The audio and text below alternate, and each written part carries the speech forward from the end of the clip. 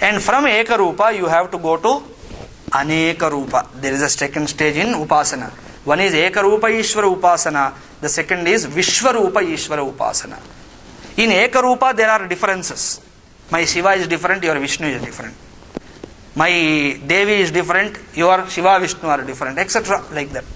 Lot of differences because the very clothes they wear is different. Vishnu is always Pita Vasanadari. Pita Vastram yani yellow. Yellow color. Only yellow clothes he wear. Why? Maybe he has some friendship with Chandrababu Naidu or what we don't know. So he is only interested in yellow color. And Saraswati is there, only she wears white in color. Why? Likes and dislikes everyone will have. When God is presented as one individual like you and me, with some more extra powers, extra topping on the pizza, extra, you have 2 hands, he has 4 hands. You have 1 head, he will have 4 or 5 heads, like that, that's all. Understand? So with all these things, then he also will have likes and dislikes. The likes are presented, dislikes are presented. You should not offer this flower to this Devata. And this Devata becomes happy if you offer a flower, so and so flower, Kadamba Pushpam. Why? Like. And some other dislike. Like that, everything as we are, that is presented. There exist differences. So as long as I am just confining myself to Ekarupa Ishvara Upasana, slowly I will develop an attitude wherein I will start looking down upon other deities. That is what we are suffering today. The Vaishnavite is not at all happy with Shiva. And Shaivites are so angry with all these Vaishnava people, and we had battles also. We fought. We also fought battles. But fortunately, because we are all, though Vaishnava, Shaiva, Shakta, Saura, everything, we all follow Veda.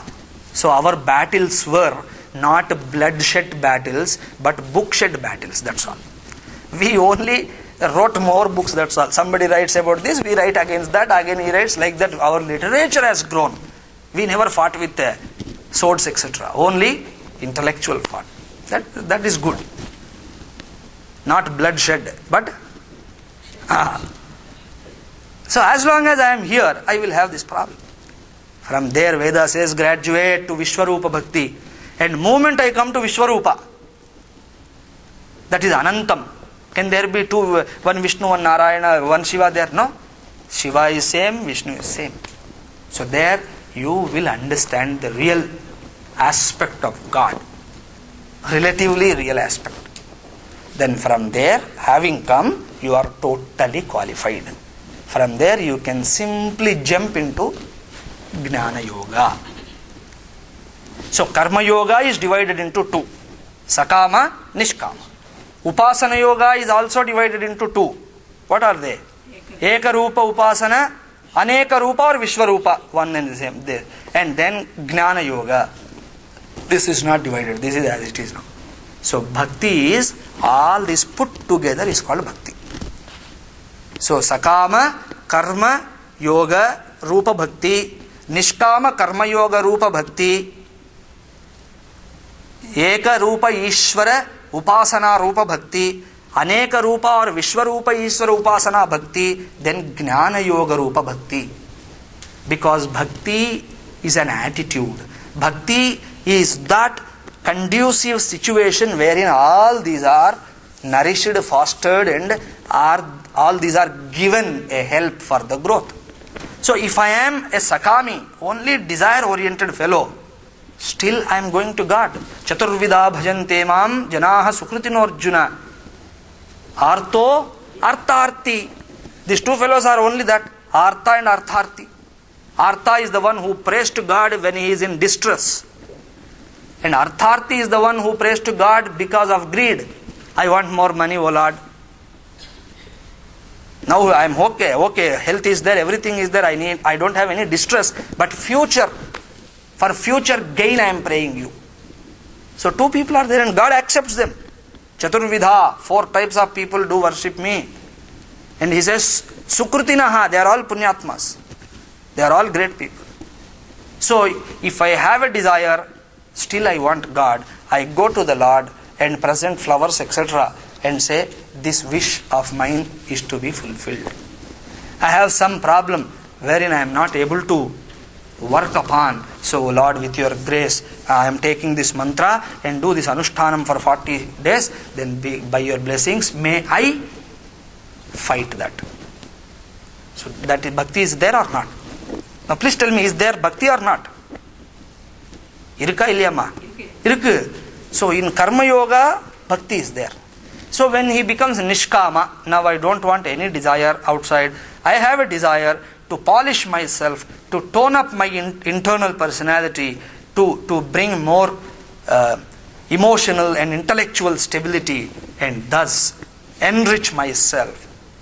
Chitta Shuddhi, Chitta Samskara Pradhanadaya, Karma Yoga. Then also I take to Parayanam, etc. Everything I do. Is there bhakti or not? Minus bhakti, will I do that? Minus bhakti, why will I need Chitta Shuddhi? Once bhakti is not there, I can live as I am. So there is also bhakti. And when I come to Ekarupa Ishvara, bhakti is there or not? When I go to Anekarupa Ishvara, bhakti is there or not? When I come to Jnana Yoga, this is Jnana Yoga. Shravanam, then Mananam, then Nididhyasanam. Shravanam, like this, sitting at the altar of Guru, in his proximity and trying to understand and appreciate the hidden teaching of everything. So here bhakti is there or not? We begin with a prayer. So now please tell me, how can bhakti be a separate yoga? Where is bhakti now? It is hidden in everything. It is permeating in and through all the stages. Now how can bhakti be a special yoga? My question. Now it's clear that there is no special bhakti yoga. Bhakti is required by everyone. But now came a group of people who say, if you are extrovert, take to karma yoga. If you are emotional, take to bhakti yoga. Why? You can cry, go on crying. Bhakti ka matlab rona hai na, rote raho. Then if you are intellectual, then go to Jnana Yoga. No? I tell you, you are not extrovert, you are not emotional, nor you are intellectual. Swamiji, what do you mean? You are all the three. Right or not? Is there anyone who can raise their hand and just say, I am just extrovert. I will prove they are emotional, I will prove they are intellectual. Just now I will do that. Are you just extrovert? No. I have extrovertedness. Then I have emotional aspect in me. Then I also have intellectual aspect in me. Though my wife do not agree. I have. So you are everything. So what you require? You require everything. So bhakti is that. So but Arjuna is asking, like, he is dividing the entire thing in that, and he is asking, he wants to opt for certain thing. Now Arjuna's qualification is not enough. So Bhagavan has to tell that if you attach yourself to me, Mai aveshya manaha nitya yukta upasate yaha shraddhaya paraya upetaha yuktatama me mataha te. So those who can associate to me in any way, either from karma or this or that, they are very dear to me. So if you are Saguna Bhakta, you are dear to him. You are Nishkama Bhakta, you are dear to him. You are Sakama Bhakta, you are dear to him. And everything you are, as you are dear to him. That's what the shloka says. Then slowly God goes into the next shloka, that is third shloka. From third to 10th shloka, he presents all these 5 things. We will just read and see. I cannot give you word by word meaning now. I will just go through the shlokas and I will just give you a small meaning, a running meaning of it, so that you will be able to see all the 5 I mentioned just now. And in that 5 he counts Jnana to be the superior. Then he descends down. If you are not eligible for that, then do this. If you are not eligible, then do this, then do this, then. Like that, 3rd to 10th, 12th verse we can say, even 12th in a technical verse we will see now, up to 11th, and thus 12th, this is Bhakti Yoga he has presented.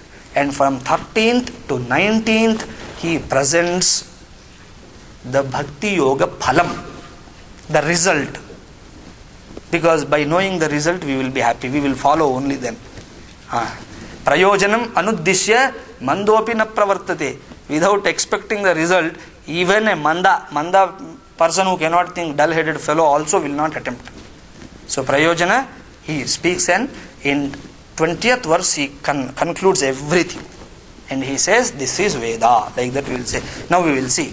Etvaksharam anirdeshyam avyaktam paryupasate sarvatragam achintyam cha kutastham achalam dhruvam. So Bhagavan says, there are also some people. Yaha means whoever. A Hindu, Christian, Islam, anyone, whoever, if he is a human being.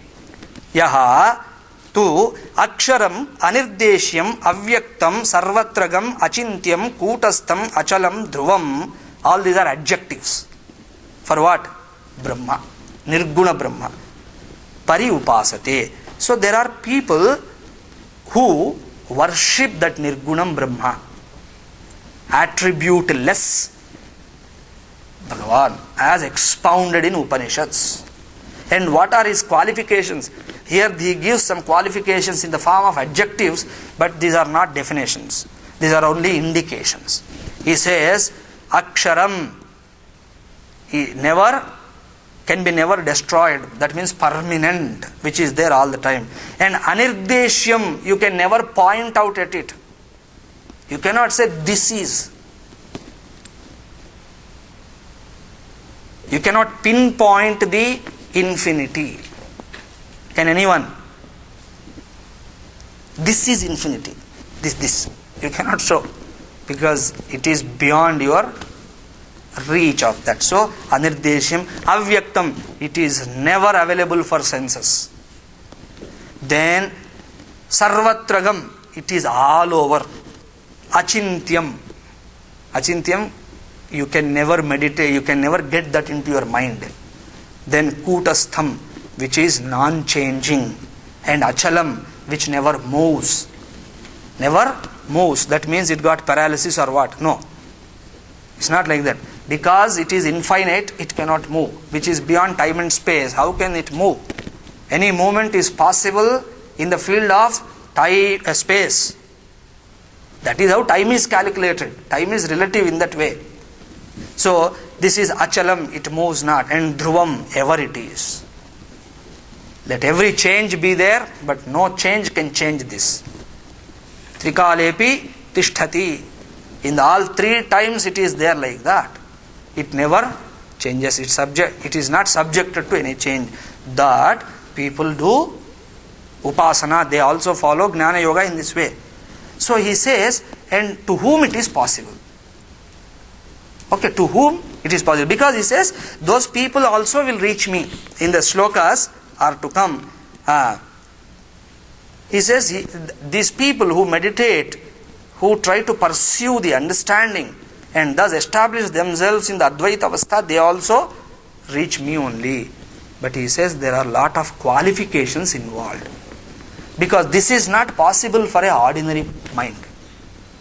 Because my mind, which cannot clearly understand the visible, how can it have a proper understanding about the invisible? Ordinary things it cannot understand. This highly sublime aspects of Ishvara, this is called Para Prakriti, that can never understand. So that's why he gives lot of qualifications. He adds to them, Samniyamyendriya gramam sarvatra samabuddhayaha te prapnuvanti mam eva sarvabhuta hite rataha. So whoever are doing aksharam anirdesham avyaktam paryupasate yaha te prapnuvanti mam eva te prapnuvanti. Only me they reach.